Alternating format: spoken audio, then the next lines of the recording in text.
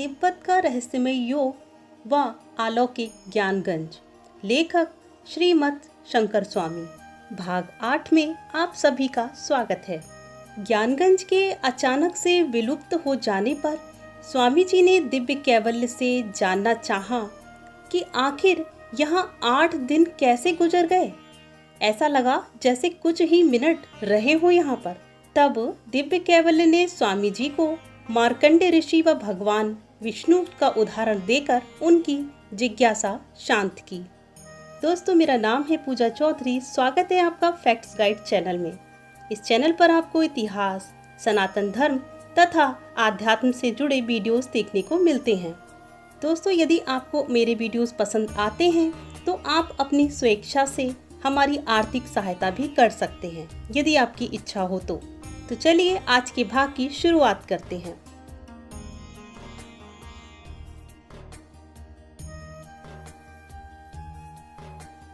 कथावाचक दिव्य कैवल्य। दिव्य कैवल्य ने पुनः कहा, ये बहुत ही स्थूल उदाहरण दे रहा हूँ। संध्या के समय दीपक प्रज्वलित हुआ तथा वह दीपक सुबह तक जल रहा था। प्रथम में जो दीप शिखा जल उठी वह तत्व मुहूर्त में महाकाश में विलीन हो गई। पहले जलने के बाद अगणित शिखाओं की परिसमाप्ति घटित हुई। एक विलुप्ति के साथ अन्य अगणित शिखा श्रेणियों ने उस शून्य स्थान को पूर्ण किया। एक शिखा निर्वापन के बाद अन्य दीप कलिका का जलना इतनी तीव्र गति से हुआ कि वो दीपक बुझ नहीं पाया। जैसे जल रहा था वैसे ही जलता रहा। 2 शिखा परिवर्तन में लगे समय अंतराल के बीच का शून्य इतना संक्षिप्त था कि समझ में नहीं आया, किंतु वह शिखा श्रृंखला की अंतिम शिखा अवश्य थी। इसके विपरीत ऐसा लगता है कि प्रथम शिखा ही अंत तक स्थायी रही, लेकिन वास्तव में ऐसा नहीं है। ज्ञानगंज में भी तद्रूप समय भ्रम होता है। स्वामी जी ने प्रश्न किया, तीव्र गति से समय चलने के कारण समझा कि ज्ञानगंज में समय शून्यता का बोध होता है, भूहीनता तो नहीं समझा। उत्तर, याद रखिएगा, ज्ञानगंज की परिसीमा में अवस्थान काल के दौरान अंतर जगत और भौतिक शरीर में तारतम्य होता है। भाव और अनुभव की तीव्रता भी बढ़ जाती है। इस मंडल में आपके अंतर्मन में भी असीम भावांतर हुआ। वहां आप इतने अधिक उद्वेलित थे कि होश बेहोशी का ज्ञान नहीं था। पृथ्वी की साधारण जीवन यात्रा में अभ्यस्त मनुष्य ज्ञानगंज के अपार्थिव जीवन में आ पड़े तो साधारण जीवन असाधारण हो जाता है। अनेक बार स्तब्ध हुआ था आपका हृदय यंत्र। अत्यधिक शक्ति का प्रयोग कर आपको वापस भेजा जा रहा है। मैंने कहा, हाँ, सहज ही तो लामा जी ने तुम्हें मेरे अस्थि पंजरों का मालिक बनाकर नहीं भेजा है। मृदुल मुस्कान देकर अब भूहीनता के प्रसंग पर बोले, हम समय शून्य भूहीन मंडल में ही थे। ज्ञानपीठ ज्ञानगंज अवश्य ही भूहीन है। जहां से मकड़ी के जाले की तरह झिलमिल शुरू हुआ था, वह दरअसल ज्ञानगंज का प्रभाव मंडल है। वहां से ही आपके भीतर भौतिक शरीर का संबित विलुप्त रहा। मनलोक की दिव्य चेतना अतिमानस लोक में स्थापित रही। यदि आपको खेचरी समाधि का अभ्यास न होता तो हृदय गति रुक ही जाती। आपके खेचरी योगाभ्यास के कारण ही इस मंडल में लाने से सहजता हुई। ज्ञानगंज साधारण लोगों के लिए नहीं है, ये जान लीजिए। ये परम योगियों का स्थान है। साधना के साथ मानव धर्म के व्यवहारिक धर्म का अनुशीलन वांछनीय है। मैंने प्रश्न किया, धर्म के व्यवहारिक अनुशीलन से तुम क्या समझाना चाहते हो? उत्तर, सामाजिक जीवन में मंदिर मस्जिद गिरजा गुफा में लोगों को दिखाने के लिए नमो नमः या प्रार्थना स्तुति करना नहीं। विधाता स्तुति निंदा में भी समधर्मी है। छल की प्रार्थना स्तुति जीवन भर करते जाओ, फल शून्य। प्रश्न, तो क्या पूजा पाठ की आवश्यकता नहीं है? उत्तर, भक्ति विगलित उपासना का फल अवश्य है। प्रार्थना स्तुति अर्थ समझकर करनी चाहिए, केवल आवृत्ति नहीं। यह धर्म जीवन में प्रवेश का प्रथम सोपान है। हिंदी, बांग्ला, गढ़वाली, वैदिक, संस्कृत या कोई अन्य भाषा में उपासना क्यों ना करो, भावमयी हो। विधाता मनुष्य के अंतर्मन की मौन भाषा को भी जानते हैं। उपासना के साथ मानव का दिव्य सद्गुण स्नेह, प्रेम, करुणा, सेवा, पुण्य कर्म न रहने पर उपासना का फल शून्य होगा। अनंत ब्रह्मा के प्रतीक चित्र पर पुष्पहार सजाकर केवल दो दो कहकर भगवान की खुशामद वे समझते ही होंगे। तभी कहता हूँ, पुण्य कर्म का उत्साह और सद्गुण रखना होगा, केवल धूप दीप की माला जलाकर स्वार्थपूर्ण खुशामद नहीं। धर्म का व्यवहारिक अनुशीलन है मानवता। ज्ञानगंज के श्री कृष्ण दयाल अर्थात बंकिम बाबू की धर्म व्याख्यान क्या विस्मृत हो गई? भूल गए क्या? विस्मृत होने पर पुनः स्मरण करा देता हूँ। मनुष्य का धर्म मानवता, उसके बाद आध्यात्मिकता अर्थात आत्म जिज्ञासा, आत्मा और परमात्मा विषय ज्ञान और उपलब्धि। उक्त दोनों वाक्यों को याद रखकर उसके कर्म और व्यवहार में प्रयोग करना, इसी को मैंने धर्म का व्यवहारिक प्रयोग कहा। पहले पशु मानव, मानव के परिचय में मानवता के आधार पर परिचित हो। इनकी आध्यात्मिक योग साधना जन्मांतर में होगी, पहले मनुष्य होना होगा। धर्म जीवन में प्रवेश के लिए पूजा पाठ का अवश्य महत्व है, इससे प्रेरणा लाभ होता है, लेकिन ये अंतिम बात नहीं है। आत्मिक साधना चाहिए, साधना का अधिकारी होना होगा।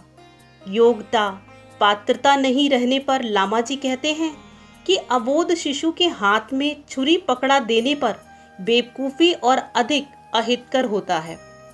प्रश्न, पाप पुण्य इन दोनों शब्द की तुम किस तरह विवेचना करोगे?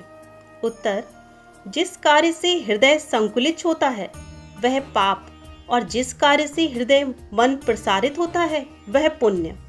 पर पीड़नम पापम, जो कार्य अन्य की पीड़ा का कारण बन जाए वह पाप है।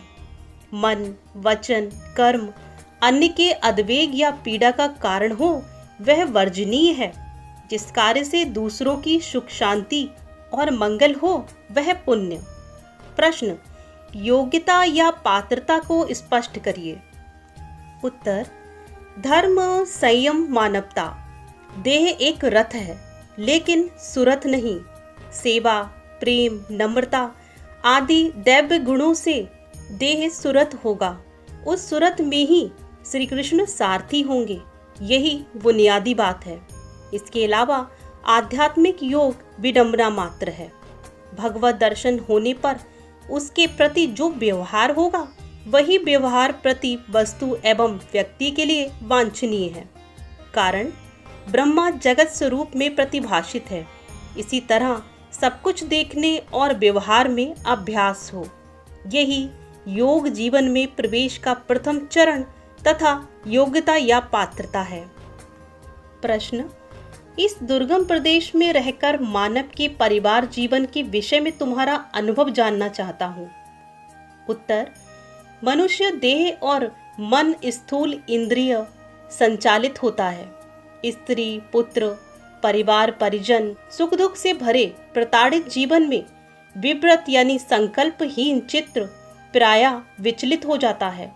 उन्हें पुष्टि देने पर अंत में वे ही चित्त के परिचालक और नियंत्रक हो जाते हैं। वे ही अंत में सब कुछ प्राप्त कर लेते हैं। इच्छा करने पर भी इस बंधन से बाहर नहीं आ पाएंगे।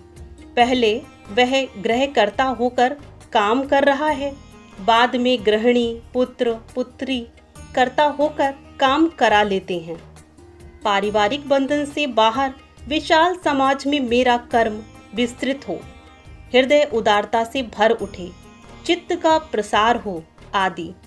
जब तक ये गुण विकसित नहीं होंगे तब तक योगी जीवन के गोपन अनुभूति का अनुभव नहीं कर पाएगा। संकीर्ण बुद्धि का मानव कहता है, एक दो तकनीकी सिखा दो, यदि वे सैकड़ों तकनीकी भी सीख लें, तब भी अंतर्मन की गोपन वार्ता से अनभिज्ञ रह जाएंगे। हाय हाय, बंधन में ही इसका आत्मसुख है, बंधन में ही इनका जीवन मरण।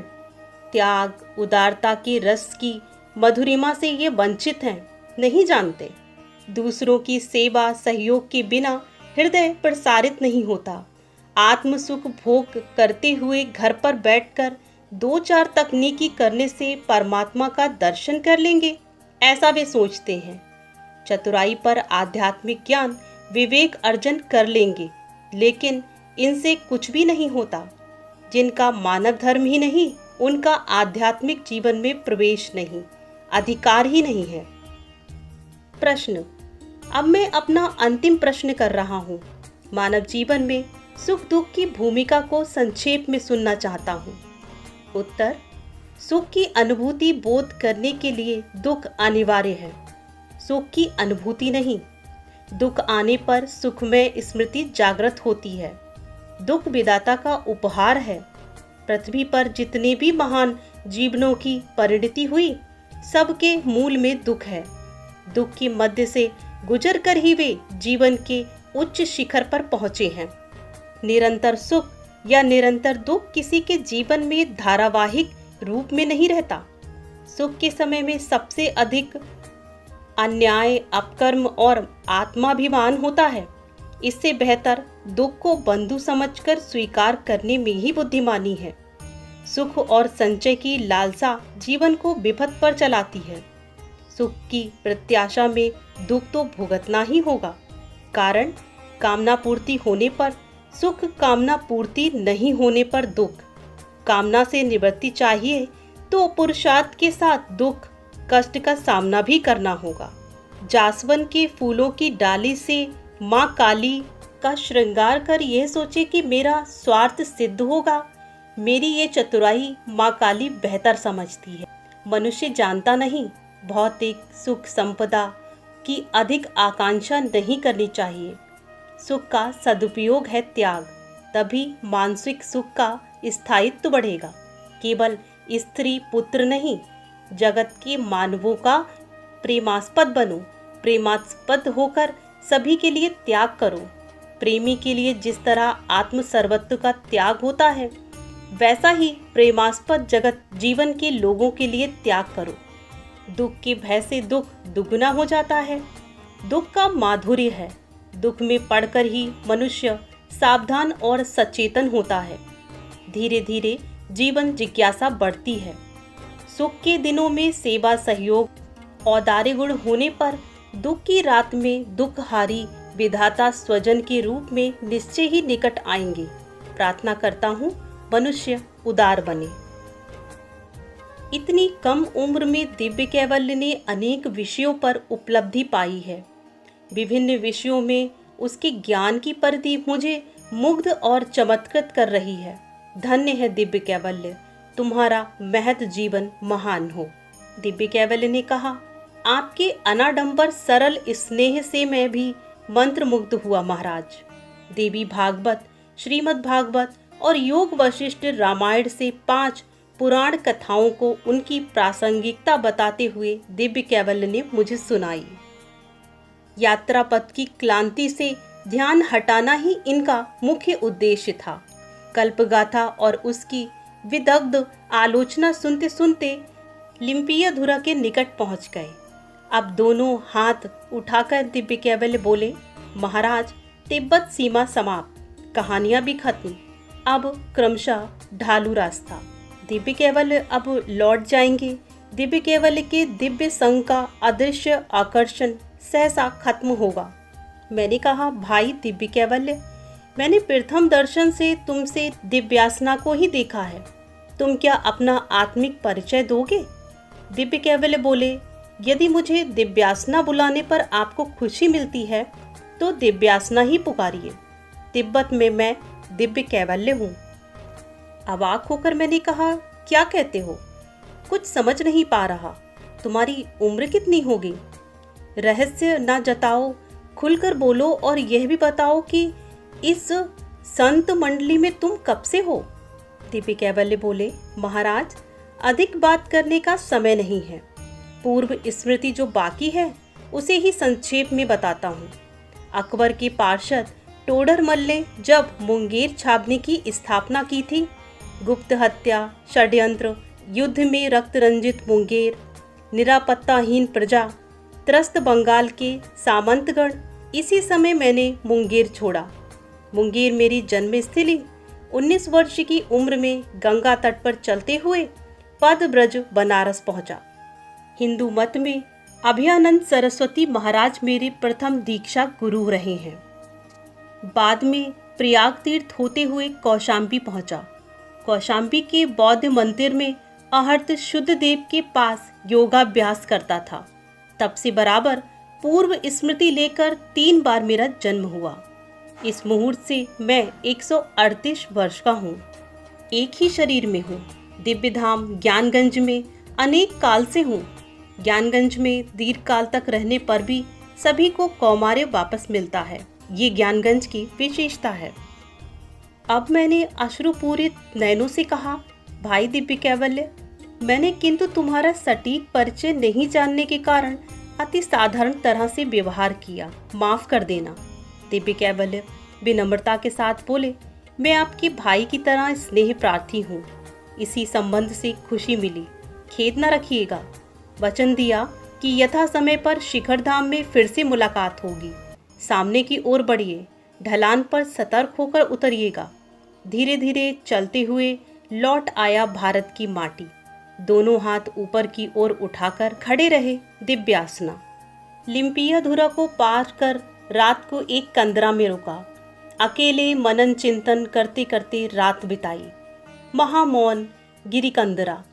इस कंदरा में अकेले रात्रिवास की अभिज्ञता और न ही बताऊं तो ठीक है। पाठकों को मेरा परामर्श है कि एक जनहीन हिमालय की गुफा कंदरा में 2-4 दिन के लिए संकल्प लेकर रहें। ध्यान साधना ना जानने पर भी अनेक अनेक दिव्य अनुभूति होंगी, यह निश्चित है। अगले दिन पार्वती ताल सरोवर आदि कैलाश देखते देखते भारत तिब्बत सीमा पुलिस फोर्स की अंतिम चौकी जालिंकिंग में प्रत्यावर्तन किया। आज की यात्रा की विरति यही। इसके बाद गोविंद पीक, कंचनजंगा, कामेट, कुबेर, कुमारी, घासतोली, भ्रात आदि कैलाश, राजरामबा, ओम पर्वत आदि 12 हिम शैल अभियान में गोविंद सिंह रावत जी सार्थक पर्वत अभियात्री। इस पुस्तक की प्रस्तुति को आज यहीं पर विराम देती हूँ। जल्द ही एक अन्य नई पुस्तक व उसके वर्णन लेकर आपके सामने जल्द ही प्रस्तुत होती हूँ। नमस्कार।